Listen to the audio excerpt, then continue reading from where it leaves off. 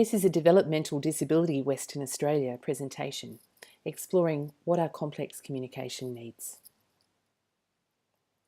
Some people with disability can't speak. They might be able to make sounds which have meaning, but they can't say many words. These people used to be called nonverbal. Some people can speak, but they can't always find the right words to say what they really want to say. Some people, whether or not they can speak, have difficulty understanding what other people say. Others might be able to speak and understand well enough, but have trouble paying attention to or processing language. For some people, anxiety can make understanding language so much harder. They may need more communication support when they feel stressed. Having complex communication needs means you might not be able to communicate through speech, or that you might need help to understand what other people say. It's very important that we can recognise when somebody has complex communication needs, not just for their quality of life, but also because having unmet communication needs can result in challenging behaviours. So, how can we help people who have complex communication needs? We can find ways to help people to understand language or to express themselves. The tools we use to help people with complex communication needs are called augmentative and alternative communication, or AAC. For example, most people already have some kind of communication system they've designed themselves, just using their face, their voice, and their body. If you know somebody with a disability and you aren't sure if they communicate, you can start by thinking about how they let you know what they like. They might not use words to let you know they love chocolate, but most people do have a way of saying, "I like this," or "I don't like this." That's communication. We can help people to build on their natural communication by learning how to respond to them.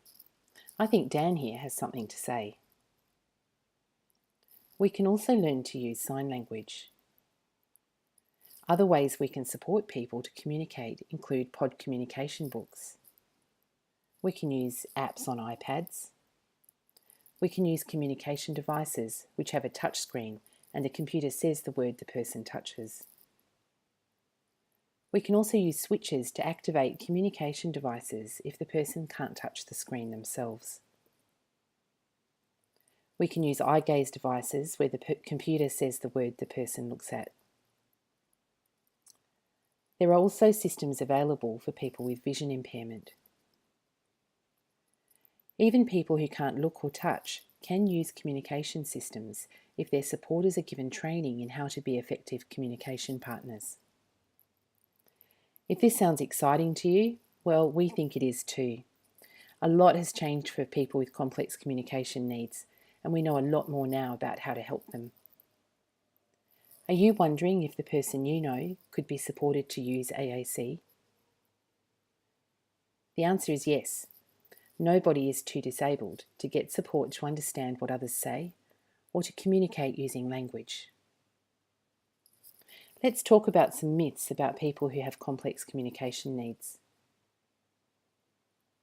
The first myth is that having a complex disability where you cannot control your body means that you therefore have a severe intellectual disability and limited capacity to communicate. In fact, it's difficult to get proper evidence of the understanding or potential of a person with complex communication needs. We shouldn't give up on these people. We know a lot more now about how to support them, and even if communication has failed in the past, it might be worth having another go with some of the new strategies and tools available. Another myth is that using pictures, signs, or objects to help a child to communicate will slow down or stop their speech from developing. This is a common concern for parents. But in fact, the research shows that using communication supports never slows down or stops speech development and can actually make it develop more quickly. Another myth is that symbols, photos, and other visual supports are not needed if the person has some speech. In fact, Just because you can talk, that doesn't mean you can understand everything that other people say. Some people just need more processing time to understand spoken language. And if you think about how quickly spoken words appear, then disappear, when we use visual supports, they can stay long enough for the person's brain to process the information. Some people who can't talk find that having visual supports also helps them to say more of the things they want to say. Another myth is that people need to demonstrate certain skills to be able to benefit from visual communication tools. This is an old idea called the candidacy model, and research has shown it isn't true. People with disability don't have to prove that they can do anything to be able to benefit from AAC. The last myth is that it's better to start small. Sometimes people look at communication books and apps and think there are too many words. You would think so, but the research actually says it's better to provide more symbols than the person is able to use. In fact, people are less able to engage in AAC if only given a few words. So now we know more about AAC and complex communication needs. How do we get started? You can ask for help from a speech therapist with experience working with people with complex communication needs.